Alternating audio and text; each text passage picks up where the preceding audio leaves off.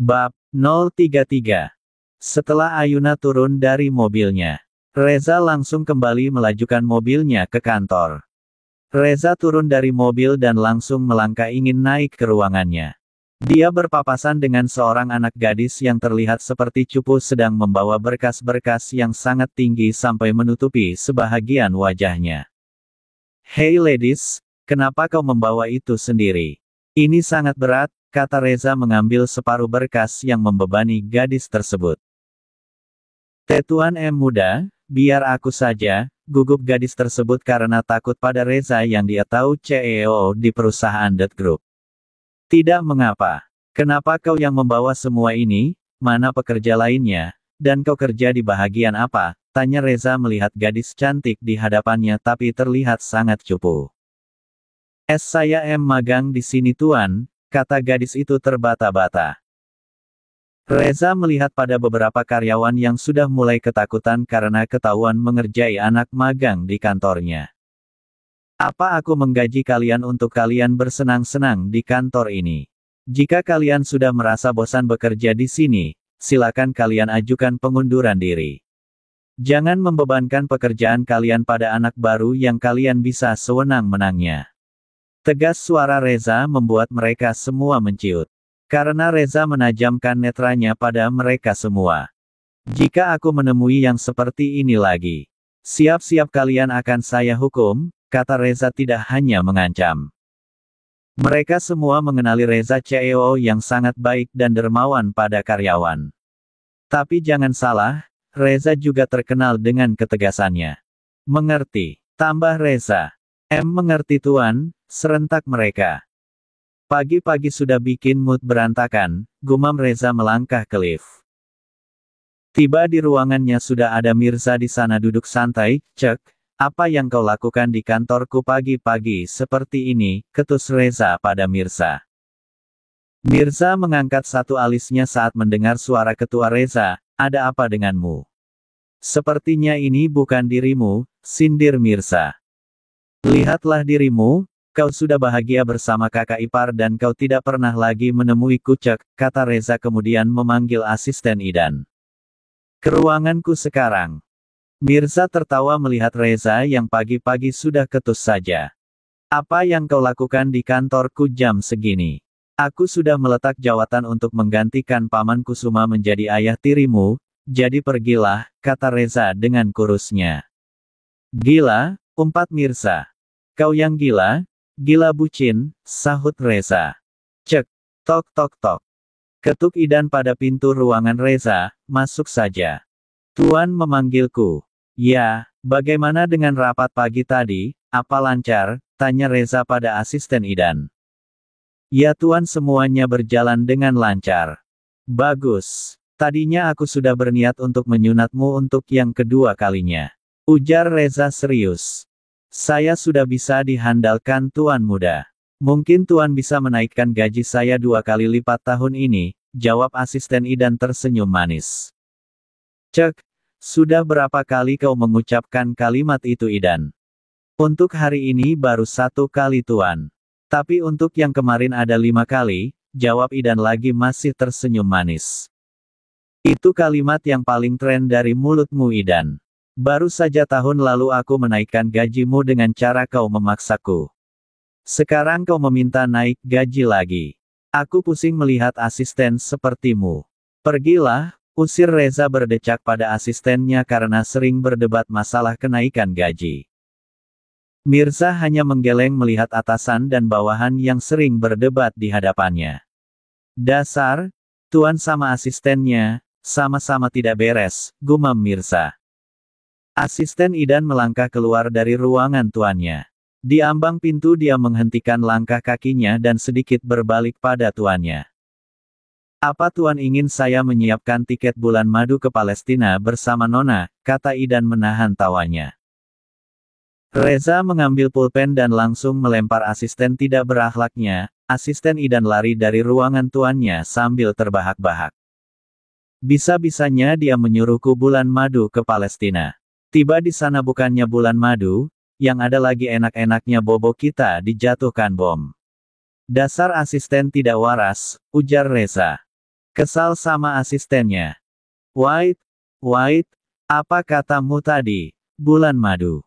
Kau sudah menikah? Tanya Mirza penuh selidik. Reza menarik nafas berdiri dari kursi kerjanya kemudian menghampiri Mirza yang berada di sofa ruangannya duduk di hadapan Mirza. Dia mulai menceritakan tentang yang terjadi padanya sampai dia harus berbohong pada istri dadakannya hanya untuk membawa istrinya tinggal bersamanya. Hahaha. Suara Mirza bergema di ruangan Reza mendengar cerita Reza yang mengatakan jika dia harus berakting jadi gay demi bisa membawa istrinya tinggal di mansion papanya. Reza menatap kesal pada Mirza yang memegang perutnya sambil tertawa terbahak-bahak. Kurasa jika kau tidak memiliki keperluan di sini, lebih baik kau pergi, aku benci melihat wajah jelekmu, kesal Reza. Ternyata karma itu beneran ada ya. Dulu kau yang sering membuat kesal, sekarang kau yang dibuat kesal hahaha, ucapan Mirza kembali melanjutkan tawanya. Sudah pergi sana. Santai bro, aku hanya ingin mengembalikan kartu kreditmu yang aku pinjam tempo hari. Aku juga sudah mengembalikan uang yang aku pakai ke dalam kartumu. Terserah, pergilah, aku sibuk, usir Reza. Wow sombong sekali. Harus sombong, sombong itu modal. Oh ya, mumpung kau sudah punya istri. Bagaimana jika kita keluar bersama akhir pekan bersama istriku? Aku sudah janji padanya ingin membawanya keluar akhir pekan ini. Sekalian jika kau ingin mengajak kekasihmu juga tidak masalah, sindir Mirza menahan tawanya. Yang dia maksud Dr. Davin. Uwekek aku seperti ingin muntah. Dasar gila. Baiklah. Nanti kau hubungi aku kita ketemuan di mana, tambah Reza. Oke, aku pamit. Pergi saja. Mirza turun dari kantor Reza dan langsung kembali ke kantornya. Sore hari Reza pulang ke kantor dan langsung ke kontrakan istrinya. Tadi mereka bertukar nomor ponsel sebelum Ayuna turun dari mobilnya. Ayuna menghubunginya jika dia ingin pulang dulu ke kontrakan dan menunggu Reza di sana saja. Mas sudah datang? Tanya Ayuna. Belum kayaknya, jawab Reza santai menjawab pertanyaan istrinya. Lah, kan Mas sudah berdiri di sini, tunjuk Ayuna pada Reza yang berdiri di ambang pintu. Berarti sudah sampai dong, kata Reza tersenyum manis pada istrinya. Ayuna menepuk jidatnya sendiri. Dia berpikir kenapa dia memberi pertanyaan seperti tadi pada suaminya. Kau sudah makan? Tanya Reza pada Ayuna. Belum mas, oh ya mas, sebentar lagi aku mau kerja dulu ya, cuma sampai pukul 9 malam kok, kata Ayuna pada Reza. Apa uang yang aku berikan padamu kurang sampai kau mau bekerja, kata Reza menjawab istrinya. Tentu saja tidak, tapi. Tidak ada tapi-tapian, kau tidak kuizinkan untuk bekerja lagi, jika kau mau bekerja kau kerja saja di kantorku, potong Reza pada ucapan istrinya. Ayuna mengangkat pandangannya melihat bola mata suaminya yang tidak mengizinkannya untuk bekerja lagi. Reza sadar dengan tatapan Ayuna padanya, ayo kita pulang, kata Reza memegang pergelangan tangan Ayuna. Ayuna akhirnya hanya bisa diam mengikuti langkah suaminya. Kita mau kemana kak? Tanya Nisa saat Mirza mengajaknya keluar di malam hari. Kita ke mansion ayah. Kita menginap di sana malam ini sayang, jawab Mirza menggandeng tangan istrinya turun dari kamar. Nisa dan Mirza masuk ke dalam mobil dan langsung menjalankan mobilnya ke mansion ayahnya. Reza dan Ayuna juga sudah tiba di mansion.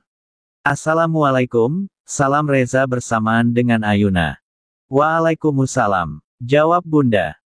Kalian sudah pulang? Reza kenapa barusan telat nak? Tanya Bunda saat Reza telat setengah jam. Aduh, Bunda, setengah jam saja kok dikata telat. Batin Reza tersenyum pada bundanya. Tadi Reza ke kontrakan Ayu dulu Bunda, jawab Reza seperti biasa dia akan mencium pipi bundanya. Ya sudah, buruan naik ke atas bersihkan tubuh kalian. Reza naik dulu ya Bunda, kata Reza. Ayuna hanya tersenyum pada mertuanya, dia merasa sangat sungkan berada di rumah keluarga suaminya. Tiba di atas Reza langsung masuk dan bersihkan tubuhnya. Selesai mandi dia keluar dan hanya melilit tubuhnya dengan handuk seperti biasa, memakai pakaiannya kemudian langsung keluar dari kamar menuju ruang kerjanya. Dia sengaja meninggalkan Ayuna untuk membersihkan tubuhnya sendiri di kamar. Ayuna juga membersihkan tubuhnya. Setelah itu dia memakai pakaian santai saja tanpa memakai jilbab. Toh mereka sudah halal, lagi pula suaminya tidak tertarik sama lawan jenisnya. Kira-kira seperti itulah yang berada di pikiran Ayuna. Ayuna yang bingung ingin lakukan apalagi melangkah ke balkon kamar dan melihat pemandangan malam yang sangat indah. Reza kembali ke kamar saat dia merasa Ayuna pasti sudah siap membersihkan tubuhnya. Mana dia? Gumam Reza saat tidak melihat Ayuna di kamar. Reza melihat ke arah balkon kamar, ternyata Ayuna berada di sana. Reza melangkah pelan menghampiri Ayuna. Rambut hitam sebahu Ayuna yang sangat indah digerai begitu saja. Seperti apa wajahnya tanpa menggunakan jilbab? Batin Reza yang penasaran semakin mendekati Ayuna. Dehem Reza pada Ayuna. Ayuna kaget langsung membalikkan tubuhnya melihat Reza yang tertegun menatap wajah cantiknya tanpa jilbab. Cantik. Batin Reza membeku di tempatnya. Ayuna tersenyum manis pada Reza yang membuat Reza menelan salivanya melihat kecantikan istrinya. Kenapa dia sangat manis? Tambah Reza masih membatin. Melihat Reza hanya diam menatapnya, Ayuna heran dengan sikap Reza. Apa ada yang salah? Tanya Ayuna yang menyadarkan Reza dari terkagumnya. Tidak ada apa-apa, ayo kita ke bawah, mungkin papa sama bunda sudah menunggu kita, ajak Reza. Aku pakai jilbab dulu mas. Ayuna mengambil jilbab dan langsung memakainya. Mas, kata Mas Reza, bunda selalu mengontrol mas untuk keluar. Kenapa tempo hari kekasih mas itu bisa datang kemari? Tanya Ayuna dengan polosnya setelah memakai jilbabnya. Reza lagi-lagi ingin muntah mendengar perkataan istrinya, apalagi Ayuna terang-terangan menyebut kekasih. Ayuna memang tidak tahu jika Davin datang untuk memeriksanya. Dia juga tidak sadar dengan pakaian yang dipakai Davin tempo hari. Dia kan memeriksamu sayang, jawab Reza sedikit menggoda Ayuna dengan memanggilnya sayang. Oh, gadis unik. Apa jangan-jangan dia benar-benar menganggapku suka sesama jenis ya? Aduh, bisa gawat jika dia benar berpikiran seperti itu. Batin Reza yang baru menyadari jika sikap Ayuna. Dia seorang dokter. Tambah Ayuna melangkah turun bersama Reza. Reza membekap mulut Ayuna. Ayuna menghentikan langkah kakinya saat Reza membekap mulutnya. Dia menurunkan tangan Reza. Ada apa? Tanya Ayuna. Jangan membicarakan itu di sini, nanti bunda sama papa mendengarnya. Bohong Reza. Dia tidak sanggup terus-menerus mendengar Ayuna yang mengatakan Davin kekasihnya, padahal kan dia yang mulai. Hade Reza.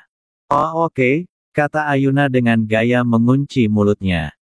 Apalah nasib, karena mulut, badan binasa. Ralat apa ya? Ah, sudahlah. Pusing aku. Batin Reza mengoceh dalam hati. Tiba di meja makan sudah ada bunda juga papanya di sana. Mereka berdua tersenyum melihat Ayuna dan Reza. Setelah itu mereka makan malam bersama. Ayuna merebahkan tubuhnya di sofa bersiap untuk tidur. Apa yang kau lakukan di situ? Tanya Reza yang melihat Ayuna ingin tidur di sofa yang berada di kamarnya. Tidur mas, jawab Ayuna singkat. Tidur di sini saja denganku. Kenapa mau tidur di situ? Aku kan sudah mengatakan, bahwa aku tidak. Reza menggantung sebentar ucapannya kemudian sedikit menarik nafas berat. Aku tidak tertarik pada wanita, jawab Reza mengedarkan pandangannya ke sana kemari karena Ayuna sedang menatapnya. Ayuna terdiam sebentar kemudian bergerak melangkah ke kasur Reza dan langsung merebahkan tubuhnya di sana karena dia merasa sudah sangat ngantuk. Ayuna mulai menutup kedua bola matanya, tiba-tiba dia merasa sebuah tangan kokoh memeluknya dari arah belakang karena posisinya memang membelakangi Reza. Tubuh Ayuna langsung tegang dan membeku saat Reza memeluk, Ucapan Ayuna terhenti karena Reza memotongnya, aku hanya ingin memelukmu, boleh kan, bisik Reza di tengkuk Ayuna yang membuatnya merinding. Perlahan Ayuna mengangguk menjawab Reza. Reza tersenyum tipis saat Ayuna mengangguk. Dia semakin mengeratkan pelukannya yang membuat Ayuna berdebar-debar. Jantungku seperti ingin copot dari tempatnya. Batin Ayuna sedikit menahan nafasnya yang berdebar-debar. Ayuna memaksakan matanya agar bisa tertidur. Sungguh dia merasa tidak nyaman dengan Reza yang memeluknya. Tidak beda jauh Dimension Kusuma Mirza juga bersiap-siap untuk tidur bersama dengan Nisa. Nisa berbaring di paha suaminya yang masih sibuk dengan laptopnya. Apa kakak tidak mau tidur? Sampai kapan kakak akan duduk dan membuat pekerjaan kakak yang tidak ada habisnya itu? Ucap Nisa sedikit ketus pada suaminya yang masih saja sibuk dengan pekerjaannya padahal sudah malam. Mirza tersenyum menutup laptopnya saat mendengar Nisa berbicara ketus padanya. Ia menangkup wajah sang istri. Kenapa ketus-ketus sayang? Apa kau tidak takut dosa? Canda Mirza menahan tawanya melihat wajah cemberut Nisa. Habisnya kakak sih, udah aku dikurung saja di villa, pulang dari kerja bukannya nemanin aku, tapi malah sibuk dengan pekerjaan dibawa pulang ke rumah lagi, kata Nisa meluahkan perasaannya. Karena Mirza terlalu sibuk dan kurang memiliki waktu akhir-akhir ini untuk bersamanya. Dia juga melarang Nisa keluar dari villa jika tidak bersama dengannya. Sebenarnya, Nisa sangat tertekan dengan sikap suaminya yang posesif dan juga terlalu mengurungnya, tapi ia berusaha untuk selalu terlihat baik-baik saja di hadapan suami. Entah mengapa malam ini ia sudah tidak sanggup lagi dengan sikap suaminya sama sekali tidak ada peka-pekanya. Bangun dari pangkuan suaminya dan langsung berbaring di bantal kemudian memaksa untuk tidur. Dia benar-benar sangat kesal dengan Mirza yang tidak peka sama sekali. Sayang, apa kau marah? Tanya Mirza lembut merinsut mendekati Nisa, ingin memeluknya tapi langsung ditepis oleh Nisa. Moodnya sudah benar-benar berantakan. Pergi saja buat pekerjaanmu, tidak usah pedulikan aku ngantuk, ujar Nisa sedikit menggeser tubuhnya menjauhi Mirza. Memijat pelipis, karena Nisa ternyata benar-benar marah padanya. Sayang, Mirza ingin meraih bahu Nisa tapi Nisa sedikit menjauhkan bahunya. Aku tidak ingin diganggu, kata Nisa mulai menjatuhkan kristal bening-bening dari kedua bola matanya, menahan suaranya agar tidak keluar. Menarik nafas berat menyusul merendahkan tubuhnya. Apa aku terlalu sibuk akhir-akhir ini ya? Batin Mirza. Sayang. Mirza mencoba membujuk istri tapi tetap saja Nisa menulikan telinganya. Keesokan harinya Nisa masih terus mendiami suaminya. Mirza sangat frustasi karena Nisa mendiaminya terus-menerus.